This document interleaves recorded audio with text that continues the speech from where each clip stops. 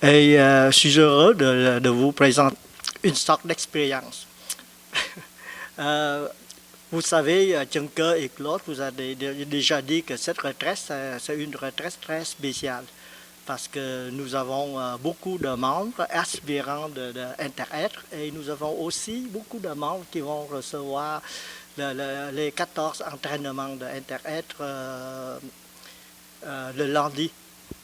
Alors, je dis, peut-être la bonne façon que je vais essayer de vous raconter qu'est-ce que ça me donne quand je reçois les 14 enseignements, et, étant donné que c'est très longtemps auparavant. Et je sais que vous êtes comme moi, là, parce que les 14 entraînements, c'est quelque chose qu'on ne fait pas à chaque retraite, comme les 5 entraînements, et que vous avez le choix de dire, ah, je vais prendre un, je prends 2 ou 3. Là, le 14 entraînements, c'est quelque chose de très complet. Et premièrement, je vous félicite dans le sens que c'est une entreprise très difficile. Même pour que nous, ce n'est pas quelque chose qu'on peut prendre ça à la légère. Et je vous raconte juste une histoire personnelle. Et pour la Sangha de Québec, vous savez, la sœur Trung Nghiêm, hein? Trung Nghiêm, son nom c'est Chantal, qui pratiquait avec nous ici. Et étant donné, dans cette vague, dans cette génération, j'étais le premier à prendre le 14 entraînement. Et sœur Trung Nghiêm, Chantal, elle voulait aussi prendre 14 entraînements. Après, mais dans ce temps-là, nous ne pouvons pas attribuer ordonner ici les 14 entraînements, que ce soit au village de Prunier ou à Vermont. Et elle m'a demandé, et qui, est-ce qu'on peut parler longtemps sur les 14 entraînements? Je te trouve courageux, mais je décide de prendre ces 14 entraînements et je décide de pas encore. Donc, on a pris un bon après-midi et nous parlons entre frères et sœurs, des gens qui pratiquent. Et c'est sûr que c'est difficile. Vous avez déjà passé tous ces exercices de discernement, dont je ne répète pas ça. Mais enfin, je dis à ce Trung Nghiêm suivant, ce Trung Nghiêm, je sais qu'il y a beaucoup de choses. Il y a la famille, il y a le travail, il y a toutes sortes de choses. Mais pour moi, c'est une confiance que je prends dedans. C'est la confiance dans l'enseignement.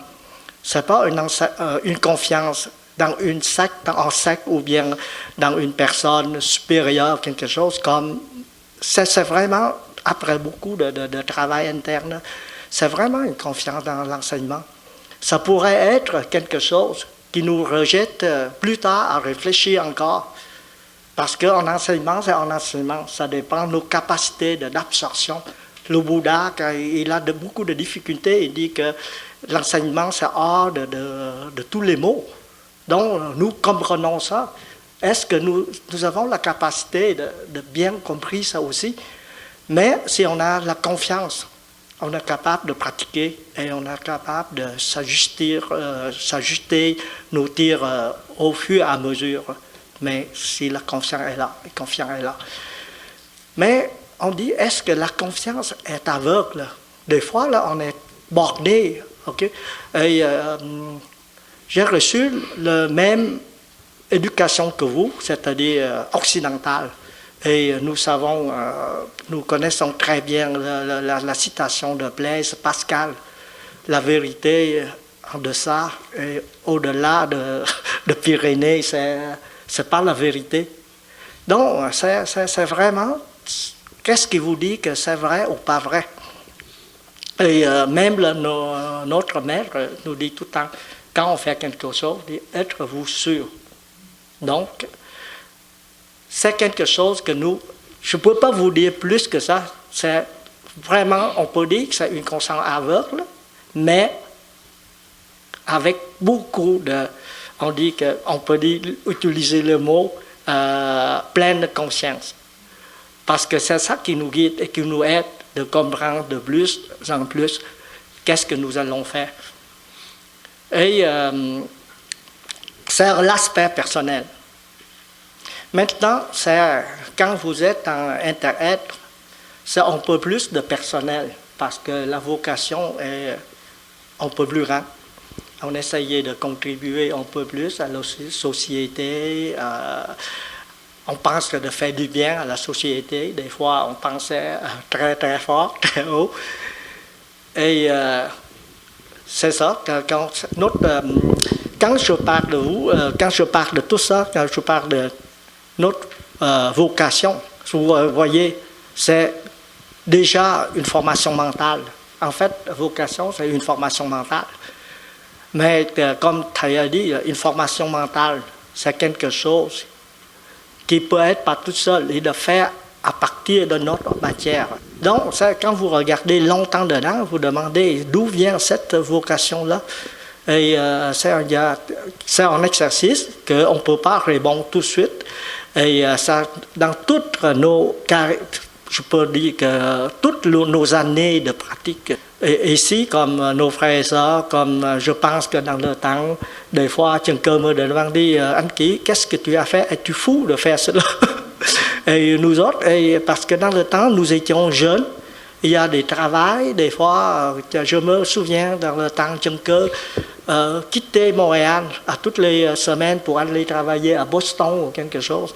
Et moi et Lynn, ma femme, nous conduisons toutes les fins de semaine, tous les soirs, vendredi soir, aller à la pagode à Montréal pour pratiquer avec nos frères et nos sœurs. Et quand Trần Hội a dit ça, il dit, tu dois vraiment réfléchir à ça, est-ce que c'est fou ou pas fou? Donc, il ne m'invite pas de faire comme une sorte de débordement qu'on fait ça, on trouve que c'est beau, c'est vraiment un exercice, mais grâce à des efforts, grands efforts comme ça, de plus en plus, ça confirme, il dit, c'est vrai, on ne fait pas par ego, on ne fait pas ça par le plaisir du tout, mais nous cherchons quelque chose qui nous, premièrement, qui nous abaisse toutes les souffrances et toutes les difficultés de la vie. Et bon, quand je parle des difficultés de la vie, je ne sais pas comment vous expliquer, mais j'ai une image assez... tout à l'heure, je vous dis comment je vois ça. Mais pour dire que quand nous décidons de prendre le 14 entraînement, cela n'empêche pas que nous nous mettons dans une situation que nous repensons à ça. Ça c'est normal. Mais si on a la confiance de l'enseignement et on fait l'effort, comme Trần Hội a dit toujours, de revenir à la base. Des fois, on avance trop vite, des fois, on allait trop loin. Et on pensait, j'ai compris comme ça. Mais la réalité, peut-être, c'est pas comme ça. Donc, on arrête, on revient. Et dans mon cas, à plusieurs fois, ça pas le prend 2 ou 3 fois. Là. Presque à tous les moments, des fois, on se dit, qu'est-ce que je fais? Est-ce que c'est du bon sens ou pas du bon sens? J'ai bien compris. Il y a des livres très simples de Thầy. C'est le livre de... En vietnamien, on dit Trái tim mặt trời, c'est quoi The Sun My Heart en français, c'est quoi? Le cœur. Ça, je lis combien de fois? Centaines de fois. C'est un petit livre comme ça. Mais il y a plein de choses, des fois, je pense que j'ai compris, mais je n'ai rien compris dedans. Et on découvre une autre. C'est exactement comme Pascal a dit, là, en deçà de la vérité.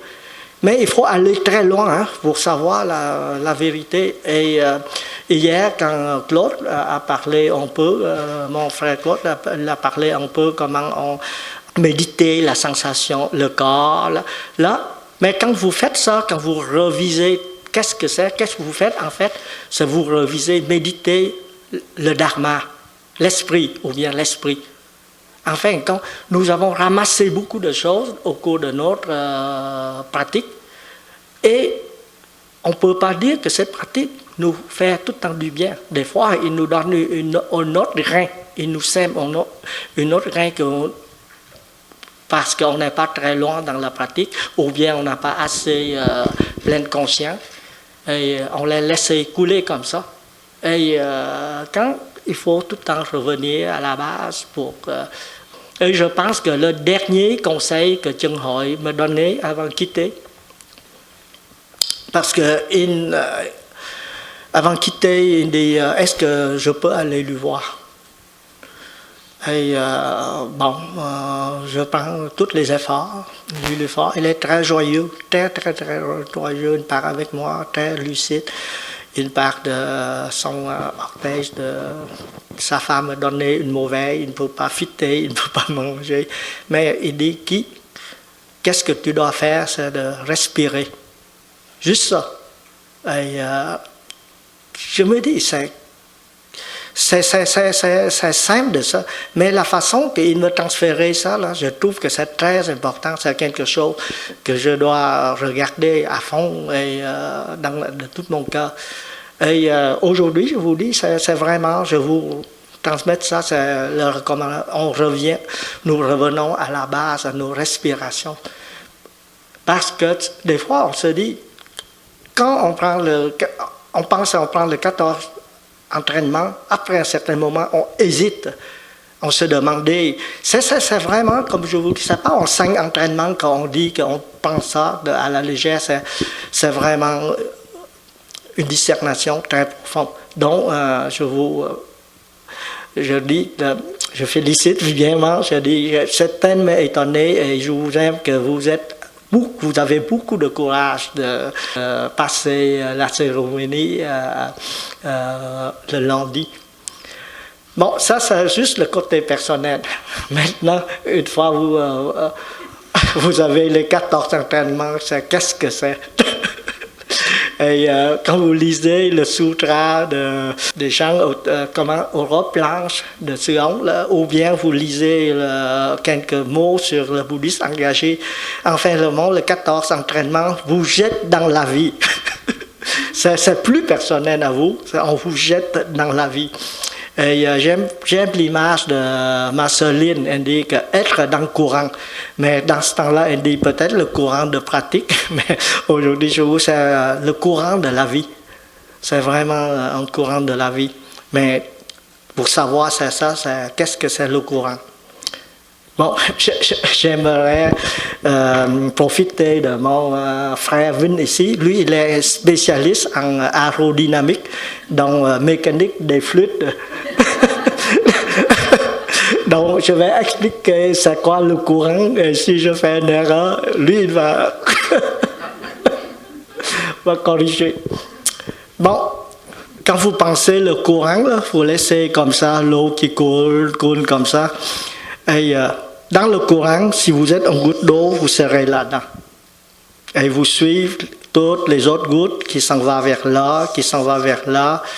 Est-ce que mon ingénieur vient le voir pour qu'il me corrige? Il corrige comme ça. OK? Normalement, là, les spécialistes en scientistes comme lui, ils disent, si je suis ce courant ici, là, je vais colorer, OK? Pour savoir l'avenir de ça, là, je le suis, je calcule, je prends tous les paramètres, tu connais la vitesse, la friction, tout, tu calcules, après un certain temps, tu dis, il est là. OK? Comme ça, nous, on se jette dans le courant de la vie, on dit, après la pratique, en certain temps, nous serons rendus ici, après ça, nous irons à la mer. C'est bien facile comme ça. Mais malheureusement, eux autres, ils font beaucoup de recherches. Ils font beaucoup de recherches. Et s'est rendu compte que cette goutte d'eau-là n'est plus la même. Il ramassait autour de lui l'autre goutte et il perd d'autres parties autour. Donc, eux autres, ils disent impossible de calculer, de suivre cette goutte d'eau et de prédire l'avenir. Est-ce que ça c'est vrai, Edwin? Donc, merci beaucoup. Donc, scientifiquement parlant, c'est ça, se jeter dans la vie. Et nous, étant donné, On prend le 14 entraînement. On se jette dans le courant. Mais ici, là, je suis bien gentil. Hein? J'ai tracé le courant comme ça. Hein? Mais si vous voyez, là, les Chinois sont beaucoup plus méchants que moi. Pour le mot courant, là, ils font le symbole comme ça. Ça signifie de l'eau. Mais ils dessinent comme ça, et comme ça. C'est ça le courant. Il y a des courants douces, mais il y a des choses très turbulentes. Et il y a des bifurcations ici. C'est pas ça. Parce que pour écrire le mot eau, là, il dessine comme ça. Et il écrit le mot eau comme ça. Pour dire, c'est courant. Mais pour vraiment, ils ont un esprit assez, là, je trouve, original. Et il y a plusieurs reprises, mon frère Chân Ngộ me dit qui, là. Ça dépend le nombre de réunions, là. C'est ça, et là, moindrement, là, ça frappe un petit peu de miettes, un petit peu de choses dedans, là. Lui, là, il ne va pas tout droit, il commence à tourbillonner. Et les autres tourbillonnaient aussi. Après ça, ils tourbillonnent. Même dans le courant douce, comme ça, Edwin, c'est vrai, la turbulence, ça fait facilement, en ajoutant un petit peu de l'eau. C'est une image très simple et c'est réalité. Okay? Mais ça correspond à quoi ce matin quand nous allons lire le sutra de 8 réalisations des grands temples. Le premier, quand vous dites l'ouverture de sutra, il dit que le monde là, est changeant. C'est pas permanence. Donc, le mot permanent ici, c'est pas quelque chose de très difficile, c'est quelque chose d'illusoire, c'est exactement les choses qui changent. Vous ne pouvez pas dire qu'il est stable, comme ça vous pouvez prédire facilement l'avenir, mais changeant dans le sens impossible de dire qu'est-ce qui se passe après. Donc, notre thầy nous dit que ça, là, c'est le changement primaire. Okay? C'est un changement qui varie, il n'y a rien qui reste stable. Cette image assez bien, que je trouve c'est assez bien pour voir. Donc, je vous invite, je partage ma façon de voir impermanence. Parce que si on dit impermanence, des choses qui se transforment, une fleur, je trouve que c'est pas à la base, comme tu as dit. Mais si nous courons que c'est ça. Et quand nous nous jetons dans la vie, nous savons que nous avons d'autres mondes autour de nous, non seulement des gens qui pratiquent avec nous, comme ici, là, mais il y a toutes sortes de mondes autour de nous. C'est tout ça. Mais si Sam, ici, il y a des gens qui pratiquent avec nous, on n'a pas beaucoup de vie, peut-être un petit peu, pas trop.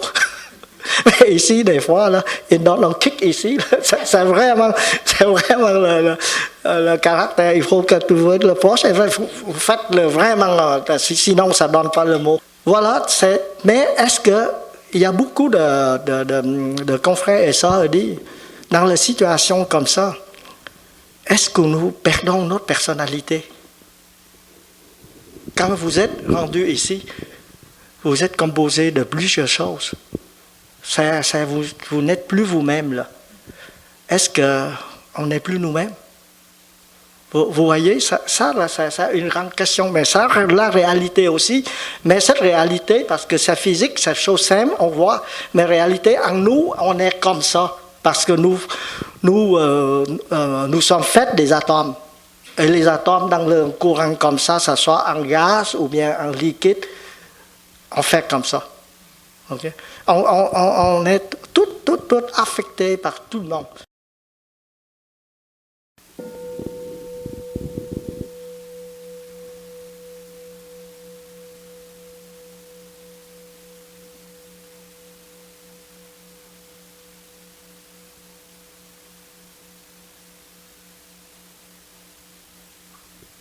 Et vous voyez, tout à l'heure, quand je parlais de Chân Hội, bon, c'est plus moi, c'est presque Chân Hội, ou bien la façon que je pratique, c'est parce que j'étais près de lui, et il y a des choses que je ne peux pas dire que c'est moi non plus.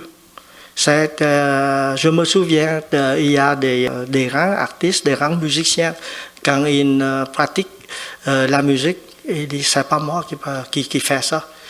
Et quand on pensait, il fait ça pour ne pas montrer son ego, mais quand vous regardez, c'est très sincère. C'est vraiment des grands musiciens quand ils présentent des choses. Le moment où ils présentent le morceau, c'est vraiment la musique, c'est pas eux autres. Et cette musique vient du compositeur, ça vient des gens qui jouent en avant de lui, et ça vient de son professeur, et après ça, ça a une partie, peut-être très peu partie, qui vient de sa pratique personnelle. Parce que c'est le cas. Et nous, c'est pareil, même on se rencontre dans le quotidien. On pense qu'il n'y en a pas d'influence l'un contre l'autre, mais je suis sûr que tout à l'heure, quand j'ai rencontré la sœur Karima, on a parlé de couleur. Et tout de suite, tout à l'heure, je vous parle de couleur. En fin de compte, c'est une partie d'elle. Et avant, je pensais d'utiliser une couleur différente. Maintenant, je vais utiliser sa couleur à elle. Donc, c'est plus moi-même. Donc, dans le travail communautaire, c'est pareil. Quand je travaille avec l'autre, on se frappe, on s'est influencé. Mais enfin, on dit, c'est pas mon projet, c'est pas le projet à Claude, c'est pas... On pratique tellement, et on sait qu'il y a partie de nous qui est là, une partie de nous qui sont détachés à cause de la friction. Mais on n'a pas le choix quand on est dans le courant, c'est ça. C'est la loi physique, c'est pas... Comme je vous dis, l'enseignement que nous avons, jusqu'à date, je vois, c'est tout physique, c'est de réel aussi. Il n'y a rien de mystique dedans. Quand on parle d'impermanence, c'est comme ça. Et on parle de non-soi, c'est exactement comme ça. Parce que à chaque moment, nous avons des cellules qui meurent. Mais nos corps se rétablissent, comment refaire ces cellules-là. Mais juste une partie, c'est par la matière recyclée. Et l'autre partie, c'est par la nourriture. Mais on ne sait pas quelle sorte de nourriture. Ça devient d'ornave, quelconque, ça devient... et nous ramassons toutes sortes de choses. Donc, c'est le non-soi. La réalité est comme ça. C'est pour ça, quand je trouve que c'est bien que dit « je suis en toi, tu es en moi », c'est quand vous regardez l'image, quand on pense à « je suis dans le courant de la vie », c'est vrai, et c'est pour ça, hier, quand, je vous dis, quand vous rencontrez le copain qui vient de la pratique, ça fait longtemps, on ne se voit pas, on est capable de juste en sourire, mais c'est un sourire réel, c'est déjà beaucoup qu'on parle. Des fois, on parle, nos formations mentales, ça fait... On est ailleurs. On n'est plus le goutte d'eau qu'on prétend. On est une goutte d'eau, mais qui ramasse d'autres sortes de choses. Et après ça, on donne d'autres sortes de choses à la deuxième goutte, mais pas une partie de nous à la deuxième goutte. C'est la réalité des choses qui est fait comme ça. Alors, qu'est-ce que je vous dis? Hein? C'est pas pour vous convaincre dans le sens qu'on accepte ça. Parce que dans le bouddhisme, quand on comprend, quand on dit c'est quoi l'impermanence ou qu'est-ce que c'est non-soi. Normalement, si on regarde, on ne travaille pas de manière très simple, hein? On ne travaille pas à la base, on cherche des choses très, très loin. Et peut-être, à un moment donné, on ne comprend pas, mais le résultat, ça fait qu'à cause de l'impermanence qui est dans ce résultat-là, et on accepte.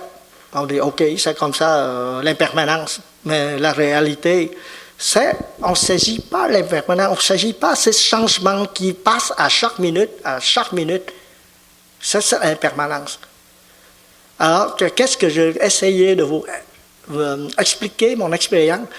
Il faut vraiment qu'on revienne à la toute simplicité et on goûte, comme quelqu'un dit, quand vous sentez, quand vous inspirez, vous devrez être capable de ressentir la chaleur ou bien la fraîcheur de l'air.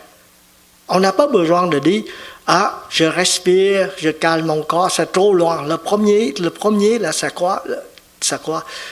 Et notre impermanence, quand nous travaillons ensemble dans la communauté, on fait tout de suite pop, en friction ou quelque chose qui est contre nous. nous devrons savoir que ça, c'est pas nous du tout, c'est pas l'autre du tout, c'est le courant qui fait ça. Et nous essayons de regarder le courant. Et quand nous regardons le courant, nous comprenons beaucoup mieux. Quand nous comprenons beaucoup mieux la situation, c'est plus acceptation.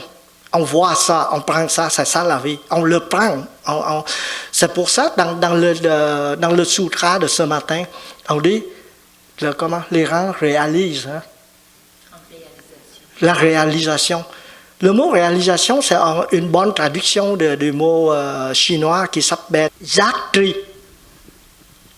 Giác tri, ça en sino-vietnamien, ok? Mais je vais écrire ça en chinois. Et ça, c'est comme ça. Ok? Ça c'est en sino-vietnamien, on prononce giác tri.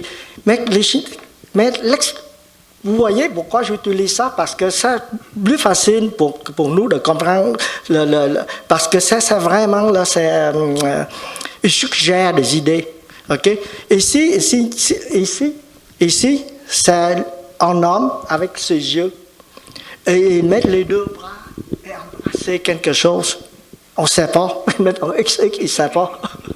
On embrasse quelque chose. Ça veut dire que, qu'est-ce que vous réalisez?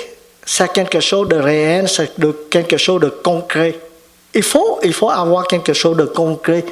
Et vous, comme tout à l'heure, je parle de Blaise Pascal. Ici, là, tri, ça veut dire, je sais exactement. OK? Mais c'est comme Blaise Pascal dit, la vérité, mais ça croit. Mais les Chinois, ils disent, vous savez, la vérité, là, ici, c'est la flèche. Ici, là, il dessine la flèche là, de manière stylistique, là, mais en fait, quand il dessine comme ça les flèches, et ça transforme ça en la flèche, quand la flèche arrive exactement au but, c'est ça que vous savez que vous savez exactement. C'est giác tri. Donc, les grandes personnes réalisent. Donc, réalise, ça veut dire, vous le pensez ça de manière physique, de réel. Ce n'est pas juste pour vous consoler, pour dire, OK, j'accepte ça comme évident.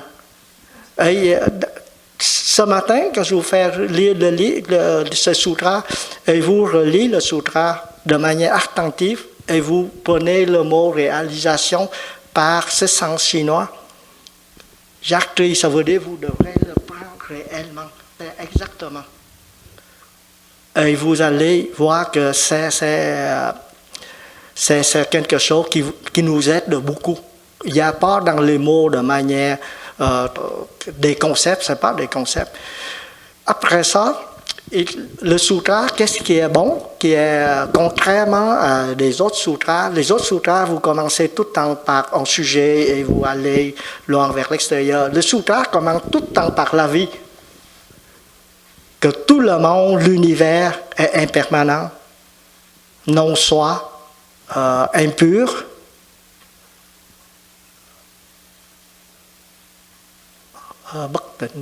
Il faut que je revise. Il y a 4 choses. On sait que c'est impermanent, et on parlait, et non soi, et impur dans le sens que tous nos concepts, toutes les choses, à un moment donné, contaminées partout, parce que dans ce courant de la vie, nous ramassons tout, malgré que nos pratiques, mais pour ça, c'est la pleine conscience doit être toujours là. Et dans la pratique, méditer l'esprit dans l'esprit, c'est dans le sens de regarder les formations mentales en nous, d'où ça vient. Mais ne pas regarder pour expliquer pourquoi elle est là. Mais si vous êtes en colère, vous méditez, vous dites je suis en colère parce que je travaille trop, ça ne marche pas, c'est une explication. Je suis en colère parce que je vois la face de l'autre, on peut. c'est vraiment une explication. Et des fois, là, dans cette méditation, vous ramassez une partie de l'autre. Quand vous êtes en colère, là, à un moment donné, la prochaine fois, là, il verra. Je fais exactement la même chose pour qu'il sache une leçon. Enfin, quand vous dites vous faites exactement la même chose, vous dites vous faites qu'est-ce que l'autre il a fait pour vous. Alors, qu'est-ce que ça veut dire? Vous ramassez un morceau de lui et vous retournez. C'est pas vous, là. Donc c'est qu'est-ce que je vous dis, c'est vraiment, c'est quelque chose de dans le quotidien, dans la pratique. Si on va à la base, on regarde dans toutes nos actions quotidiennes, que ce soit banal ou ce soit, c'est vraiment de l'enseignement. Il est là.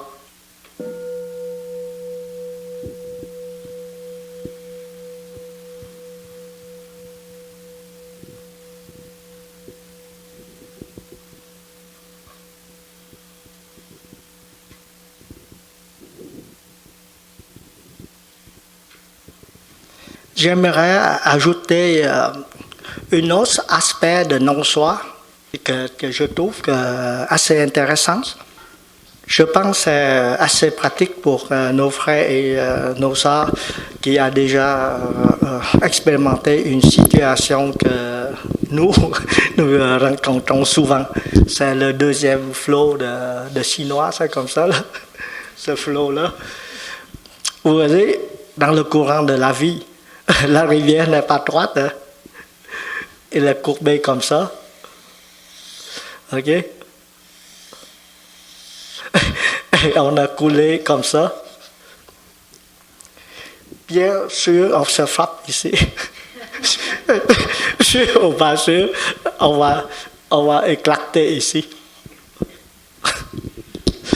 Et je ne sais pas comment le mécanique va expliquer ça, là. Et il y a vraiment de turbulences.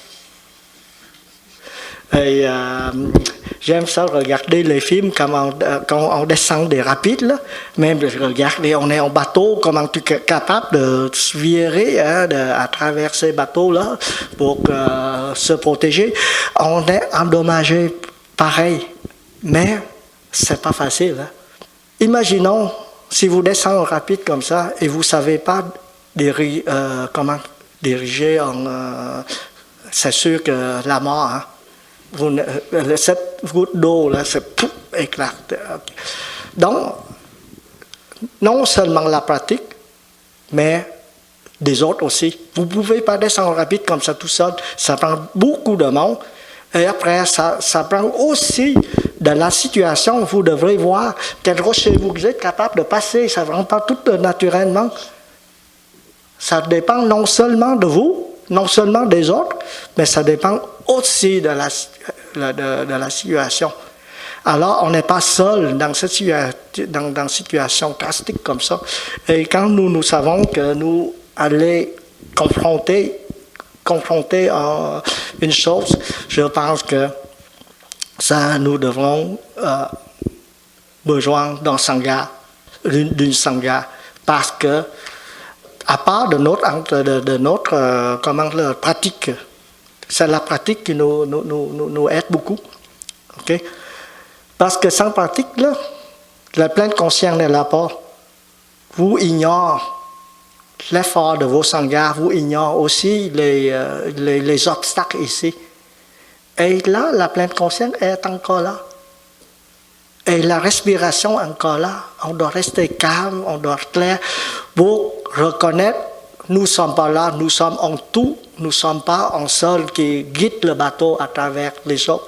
C'est le tout qui nous permet de survivre. En fin de compte, le non-soi est réel dans ce cas-là. Et si nous pratiquons, là, à ce moment-là, hey, écoutez-moi, je vais vous diriger. Ce n'est plus la situation pour faire ça. Hein? Ce n'est plus la situation pour se chicaner. Hey, à cause de toi, là, ça ne marche pas. Mais vous voyez, là, c'est la pratique. C'est le 6 harmonie, à un moment donné, quand vous lisez la suite du sutra, okay? C'est si on trop avide, on veut être soi-même trop, on frappe.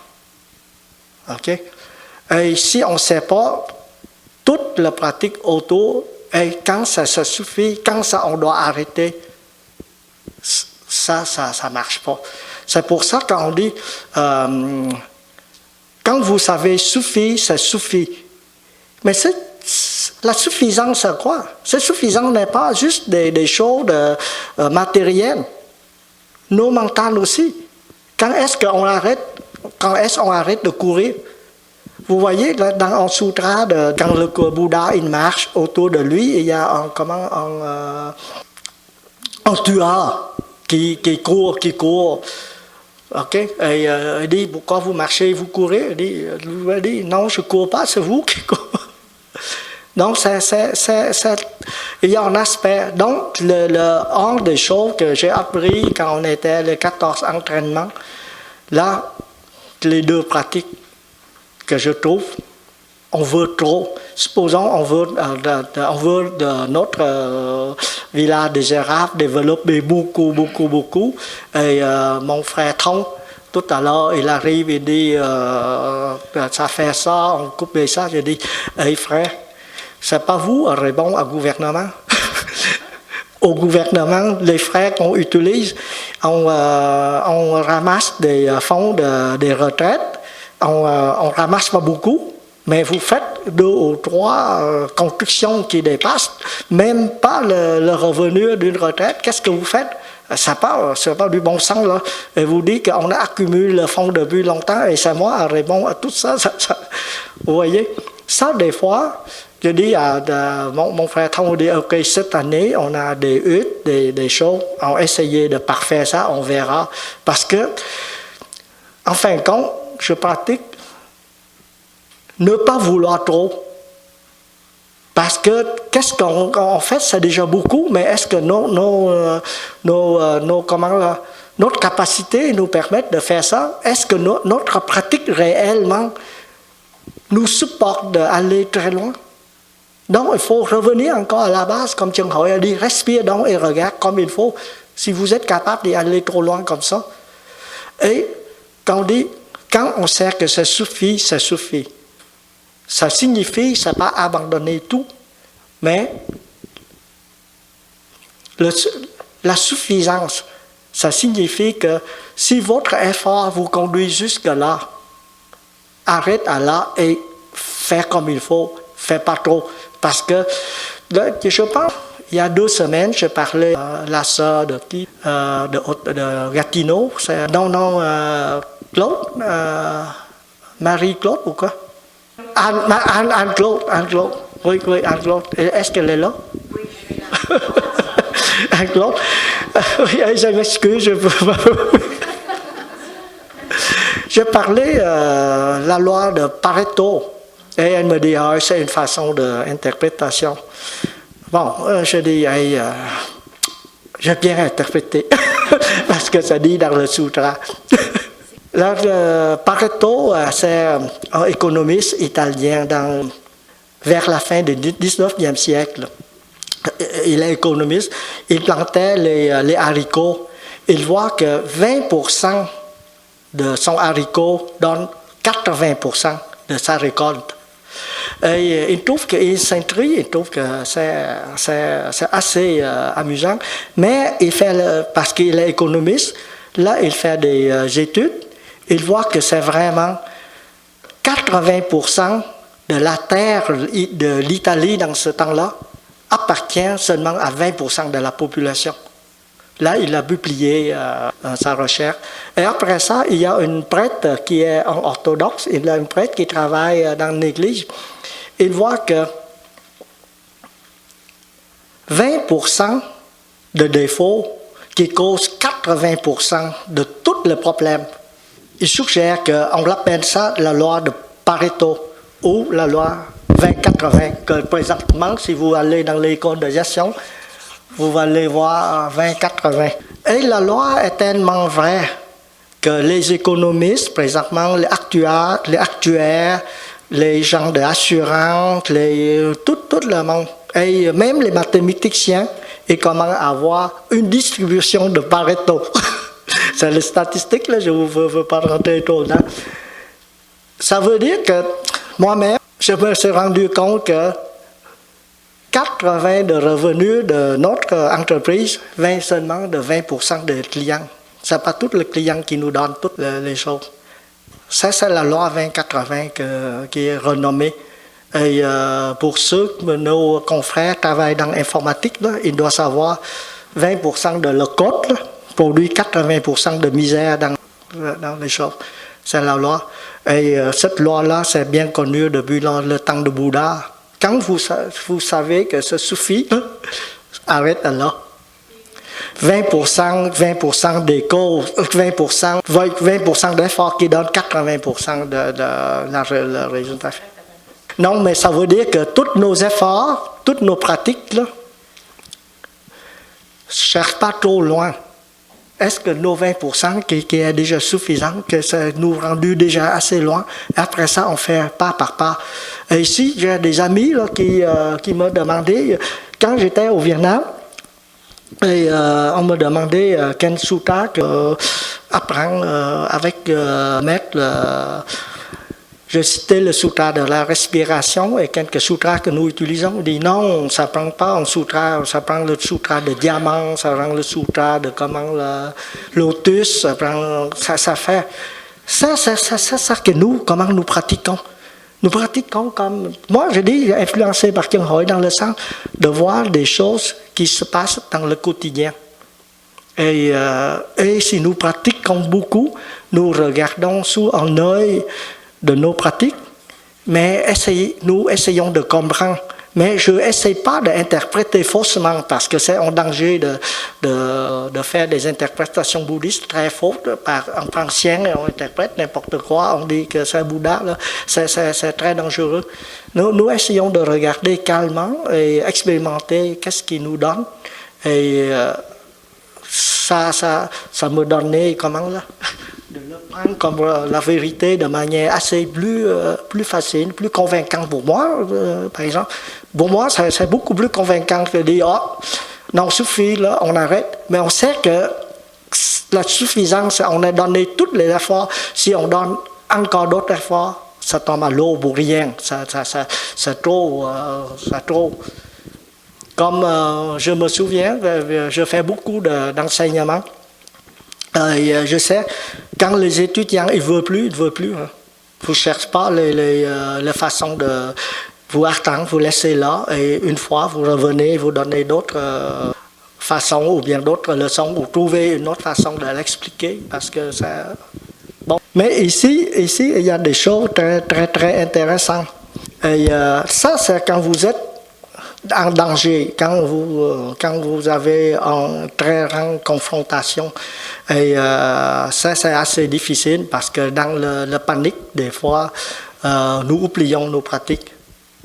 Et des fois, nous prenons des pratiques trop difficiles aussi. Peut-être que ce n'est pas approprié pour nous.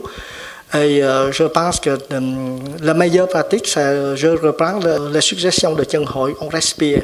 Parce qu'après la respiration, on sait au moins qu'est-ce qu'il faut faire la suite. Mais si on ne respire pas, on ne sait pas qu'est-ce qu'il faut faire la suite. Pour nos frères et sœurs qui viennent ici travailler au village, je sais qu'il y a beaucoup de cas comme ça, de n'importe quel travaux. Mais ce n'est pas nous le travail, c'est le village. C'est tout ça. Et on ne sait pas quoi dire, je ne sais pas quoi dire. Si on passe ensemble ou bien on se fait placer tout le groupe et on refait. C'est ça qui est la réalité. Il n'y a rien qui dit dans le sutra, vous devez revenir à la respiration. Et ça c'est fort.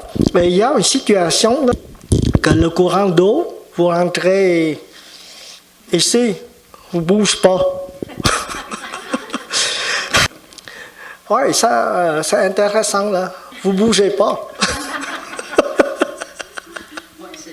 En fait, vous bougez un petit peu à cause vous bougez un petit peu, mais qu'est-ce qu'on fait, cela? Mais ça prend un événement, ça prend des choses externes pour nous passer de sortir. On ne peut pas sortir tout seul dans ce sens. Et ça, là, ça arrive avec n'importe qui, entre nous. Et ici, là, ça, quand j'avais la difficulté ici, je reste ici. Et mes frères et mes soeurs vont me faire sortir ici. Je n'ai pas le choix. Et nous devrons, dans ce temps-là, le non-soi, malgré que vous êtes entier ici, là, il n'y a rien qui vous frappe pour partir, là. Mais il faut dire, un jour, je ne serai plus moi-même, là. Il faut avoir cet espoir, il faut regarder dans perspective de impermanence. On dit, on ne peut pas rester ça longtemps. On va changer et on accepte, nous acceptons volontiers les aides de la Sangha et des autres. On ne peut pas dire qu'on peut vivre tout seul. Et comme au village, quand je vous dis que chân cơ, il m'a dit il faut qu'on crie à tout le monde, on a besoin de l'aide.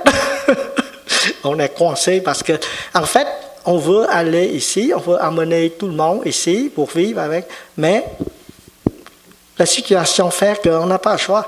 C'est pas vous, n'est pas non plus, on ne peut pas planer du tout. Mais si vous pouvez rester longtemps ici, là, pensez-vous, c'est grâce à quoi? Mettons que vous ne pratiquez pas et vous plantez ici.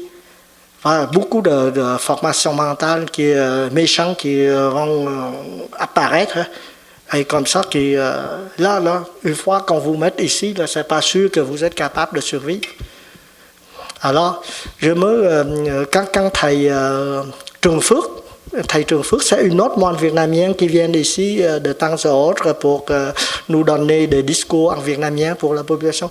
Il a raconté, quand il a pratiqué, c'était au Vietnam, là, dans le sud du Vietnam, il y a une région où l'eau monte très haut, pour 3 ou 4 mois comme ça. L'eau monte tellement haut, pour 3 ou 4 mois comme ça. Mais quand l'eau monte comme ça, là, lui, il est resté pris dans son appartement, dans sa maison. Il ne peut pas s'en sortir. Mais il dit, qu'est-ce qu'il fait? Il y a juste une table comme ça, là, qui sort de la surface, sort de l'eau. Il méditait, la méditation marchait comme ça, tous les jours, sur la table. Et ça prouve vraiment Donc, je reviens encore, c'est la confiance. Qu'est-ce qu'il fait qu'il pratique ça au lieu de faire d'autres choses? Quand vous choisissez de respirer quand vous êtes blessé ou quelque chose, vous ne faites rien. Vous décidez, je reste et je respire. Ça prend une confiance énorme. Parce que des fois, on se dit, hey, il faut faire d'autres choses. C'est nos énergies d'habitude nous forcer à faire ça. Mais en fin de compte, c'est la respiration, c'est rester calme. Je me souviens que je m'excuse. Oui. Quand elle a eu un accident, là, il faut rester très tranquillement. Hein. Oui, très. C'est ça.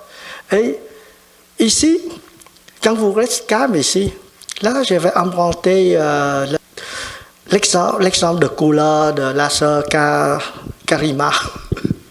Oui. C'est comme si, là, vous juste imaginez, là, pour vous aider la situation, vous imaginez si vous avez un verre d'eau, ok, et vous êtes de couleur verte, parce qu'elle dit son cœur, c'est la couleur est verte. Si vous tombez dedans, pensez-vous, est-ce en certain temps, vous restez vert ou bien vous revenez au vert pâle? On change. La pratique nous fait changer de couleur et en changeant de couleur, peut-être, on accepte des aides, on sort. Mais si on s'entête elle ne peut pas. Il faut qu'elle fasse quelque chose. Elle va user, là, sa couleur va user, elle va ramasser d'autres, donc la couleur n'est plus. Et nous sommes ici, là, si nous ne pratiquons pas, là, c'est comme ça, on va tout disperser. Donc, c'est vraiment... Bon, alors, je vais faire un résumé. Après ça, s'il y a des questions, j'aimerais te répondre. Et surtout là, sur les choses de la vie, le courant de la vie. Là, mon cher Trần Ngộ va m'aider sur... Bon. En fin de compte, qu'est-ce qui me donne comme expérience d'être dans le courant de la vie? La première chose que je partageais avec vous, avec la sœur Chantal dans ce temps-là, C'est vraiment une confiance que j'ai sur l'enseignement. Mais bon, je pense que j'ai beaucoup d'amis qui disent que cette confiance-là, c'est comme un peu difficile dans le sens que si on est trop formé dans des écoles où il y a des raisons, il y a beaucoup de raisons. Okay? Nous raisonnons. C'est dur d'avoir cette sorte de confiance que j'avais parce que j'ai des amis qui sont scientifiques comme moi, mais ils n'arrivent pas à prendre le 14 entraînements, même 5 entraînements, parce que la force de raisonnement est très très forte. Et même si on a déjà pris le 14 entraînements, des fois on décide, et si on raisonne trop, des fois ça nous rentre des doutes et on a pris beaucoup d'éléments, ça nous... Donc, qu'est-ce que je dis? Dans mon cas, c'est une confiance aveugle parce que j'aime le Thaï. Je dis, il a pratiqué comme ça et il a passé à travers toutes les difficultés, mais il a donné une telle sagesse et moi, je ne suis pas sûr que je suis comme lui. Donc, cette confiance, il y a une partie que je porte sur notre maître aussi. Alors, dans mon cas, c'est deux types de confiance qui fait. Et au cours de cette pratique, et quand je passais à des moments comme ça, et non seulement la pratique qui me donne un peu de solution, mais la pratique me protège aussi. C'est la protection, l'aspect de protection que j'ai reçu beaucoup de... Protège non seulement, il me protège de sortir pas trop comme mon frère Vin, là, j'ai encore lui, magané au coton. C'est lui qui m'a montré. Oui, c'est la protection comme ça. C'est sûr, on a magané, mais pas au coton. Et ça protège aussi la famille et les amis. Ça, je ne fais pas de mal aux autres. Au moins, je ne fais pas de bêtises sur faire mal aux autres. Donc, je trouve que je remercie d'avoir des amis qui m'emmènent dans cette pratique-là. Mais ces deux aspects nous gardent beaucoup, gardent l'environnement que je travaille jusqu'à présentement. Et il y a une personne qui travaille avec moi depuis 30 ans. Elle est encore là, c'est comme une personne de la famille. Et c'est grâce à la pratique, parce que la protection, l'aspect protection de la pratique qu'ils ont apporté.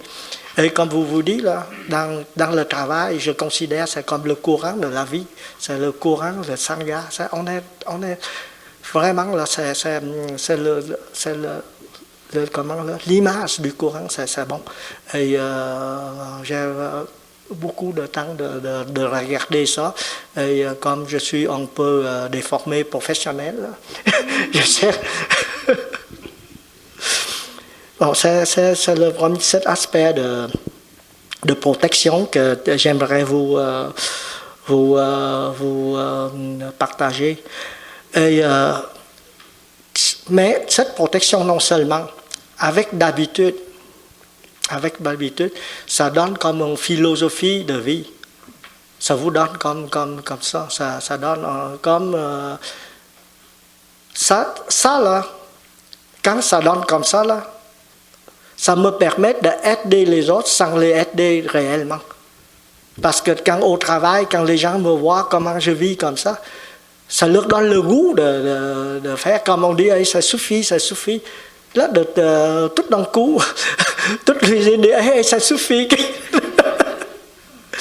Non, il donne comme une philosophie de vie. Et aussi, que des fois, je suis un peu étonné quand des gens arrivent chez nous et demandent telle sorte de choses. Les autres disent, non, on ne fait pas ça ici, monsieur. On vous donne une facture, on ne prend pas l'argent liquide. Donc, c'est une philosophie de vie que nous pouvons... Alors, la pratique, non seulement, comme dit, au point de vue individuel, vous apportez des choses pour vous, mais c'est vraiment juste pratiquer comme ça et considère que vous pratiquez pour la vie, parce que vous avez le 14 entraînements, c'est beaucoup là. Et ces 14 entraînements, c'est non sectaire, parce que la façon si on donne de confiance, c'est nous qui confiance, c'est pas à organisme on a confiance. J'ai confiance en enseignement et j'ai confiance à notre maître qui l'a passé à travers tous les problèmes. Donc c'est vraiment là, c'est une confiance qui n'est pas sectaire du tout. C'est pas que je rentre dans une pagode et je suis en moine ou quelque chose. C'est pas le même aspect. Et après ça, il produit beaucoup de choses, non seulement pour le Sangha. Et moi, je suis content que la famille, malgré que mes enfants ne pratiquent pas, mais ils mettent beaucoup. Et d'une façon ou d'une autre, parce qu'ils sont jeunes, ils ont trop, comment on dit, pogné dans la vie économique. Et il y a... Et il y a de part, en plus de ça, parce qu'ils sont jeunes, ils disent hey, qu'est-ce que je fais si je vieillis? Il y a toutes sortes de choses que nous avons passées. Donc, ils pratiquent certaines choses. Et, mais je sais qu'il a pratiqué parce que il y a des pièces qui sont brisées, on n'est pas capable de vendre. Il me donne pour apporter au village, pour donner à mon cher Michel, pour voir qu'est-ce qu'il faut faire. Et vous avez des dômes intéressants que j'ai apportés. Bon, c'est ça. Et le côté aussi que moi j'utilise beaucoup, c'est juste simplifier les choses, revenir à la base. Et je me souviens dans le temps que je juste commencé à rencontrer Chenke. Et j'ai lu des livres comme mon frère Chen Ngộ a dit, vraiment des grands sutras. Mais quelqu'un dit, anh Kỷ, arrête de lire, tu es trop lu, ça ne sert à rien. Mais c'est vrai, ça ne sert à rien. Aujourd'hui, là, j'ai dit aucun des choses. Thầy il a parlé tout en fin de compte. Tout ce qui est écrit dans les grands livres, vous pouvez trouver, on peut parsemer dans les textes de Thầy. Il n'a pas dit réellement, des fois il dit réellement, ça vient des choses, mais tout ce qui est essentiel. Et dans un langage beaucoup plus facile à nous de comprendre aussi. Comme l'autre fois, Sylvie m'a demandé c'est quoi 51, une formation mentale. Oui, vous avez, mais tout à l'heure je vous racontais plusieurs formations mentales que vous n'êtes pas au courant. Et je vous donne un exemple encore, quand j'étais dans l'école de gestion, et on dit comment vous faites une publicité. Ouais, vous faites une publicité pour attirer le monde. Bon, le marketing, c'est ancien, créé, inventé par les Américains, mais ce sont des Français qui ont mis au point le principe. Donc, étant donné que j'étais à HEC, donc on apprend ça, le principe français. Et on nous donne le processus de faire un bon marketing, c'est suivant. Aïda, c'est une pièce de musique aussi, une pièce d'opéra, donc c'est facile de comprendre. C'est quoi? Attention. Et intérêt. Je m'en écris l'intérêt. Vous avez des intérêts. OK? Ici, désir. OK? Et ici, acheter. Vous regardez? Vous avez là, toutes les formations mentales dedans. Donc, là, c'est vraiment marketing. Et jouer sur votre corps sensible pour passer au désir. Et c'est la pratique. Donc, quand vous voyez ça, vous dites ça. C'est ça. Bon, des choses simples dans la vie, il est déjà beaucoup plus loin dans nos pratiques.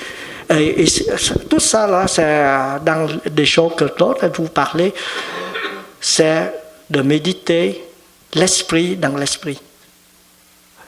quand vous faites attention, quand vous avez en attention, vous avez en intention, et tout, si c'est mal, votre dit clairement qu'est-ce qu'il dit.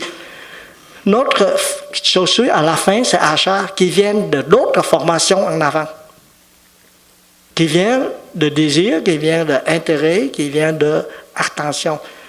Donc, dans la pratique, quand vous regardez l'esprit, dans l'esprit, c'est ce processus de regarder. Vous avez une formation mentale, il est là, mais il est fait dans l'autre, il est fait dans l'autre. Alors, le regard, enfin, quand le regard profond n'est autre qu'être très calme et voir Aïda. On commence par A et on arrête par A aussi, mais le 2A, c'est très différent.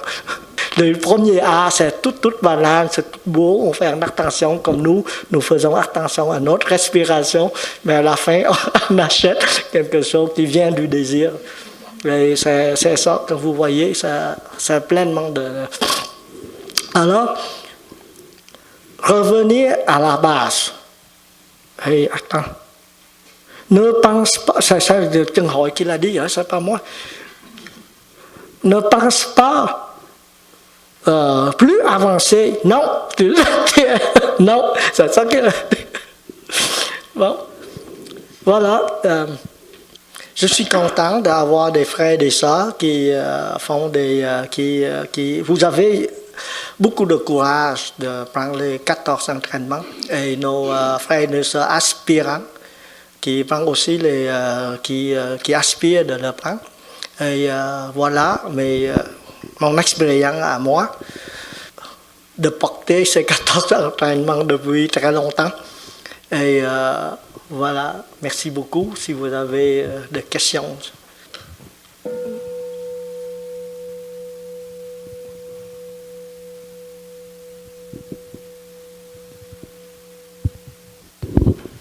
Bon, est-ce que vous avez des questions? Oui? Non? Tantôt, tu parlais de la colère. Oui? Tu sens la colère, et là, bon, oui, je suis en colère parce que telle personne me dit ci, ou puis je vais me... Mais la différence dans la méditation, c'est de regarder sa colère et la laisser fondre? Nous, ici, on juste regarde, on observe. On n'essaye pas d'expliquer. Peut-être il est là, mais son intensité varie. Ça, des fois, c'est trop. Mais quand, des fois, il varie vers le haut, vous voyez tout de suite une autre grain qui passe.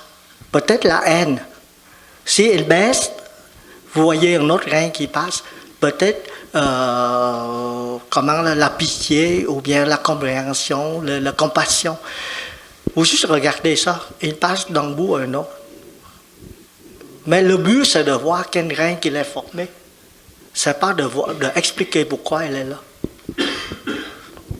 Merci, ça répond. Cher Ky, je voulais tout d'abord te remercier pour parler des 14 entraînements, puis je trouve que tu réussis toujours à la fois mêler ton expérience personnelle et les principes scientifiques. J'adore ça.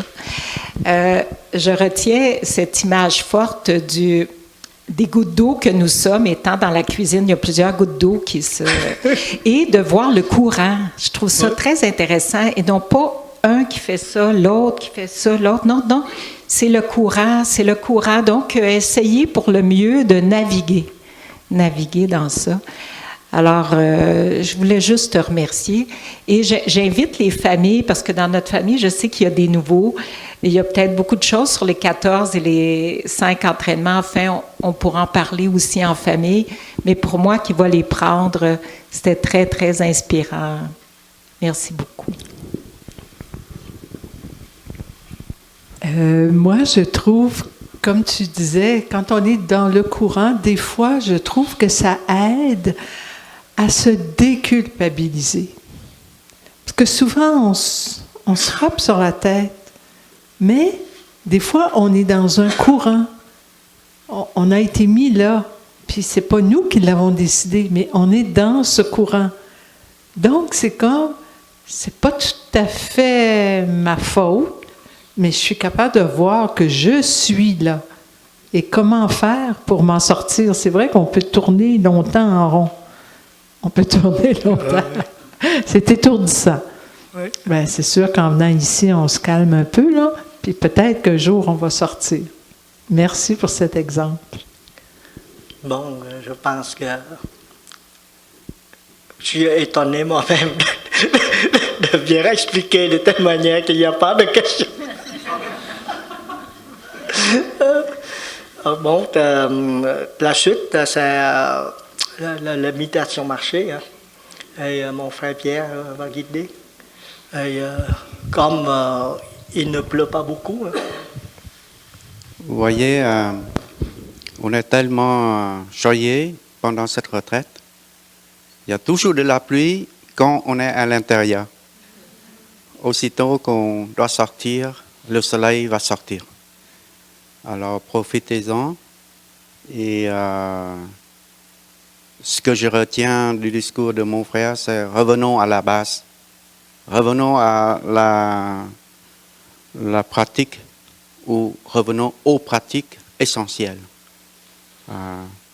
Alors, marcher, respirer, s'asseoir. Alors, revenons à la base. Alors, nous allons écouter 3 sons de cloche et on va descendre. Et au son de la cloche d'activité de l'extérieur, on va se rassembler dehors pour la marche. Je profite pour annoncer aussi que cet après-midi, on aura 2 ateliers. Et ce n'est pas obligatoire, rien n'est obligatoire dans nos retraites. Pour les personnes qui aiment avoir un peu plus de silence, c'est mieux de ne pas se rendre aux ateliers. Pour les gens qui ont un peu d'intérêt à la broderie, qu'on a commencé hier, notre sœur Nyung, elle est généreuse pour nous montrer peut-être un autre point, hein, en plus du point de chaînette hier. Est-ce que vous avez aimé? J'encourage les hommes de participer. Il y a un autre atelier que je donnerai, moi, ici dans le Zendo, à l'heure d'activité. C'est introduction de base, pratique de base sur la prononciation vietnamienne. Ouais, sur la langue vietnamienne. Alors, pour les personnes qui sont intéressées, on va pratiquer les 5 accents de la langue vietnamienne. Alors, mais dans tout cela, c'est toujours revenir à la respiration à chaque peut-être 2 minutes, 5 minutes. Alors, il faut garder toujours la pratique du silence pour notre retraite.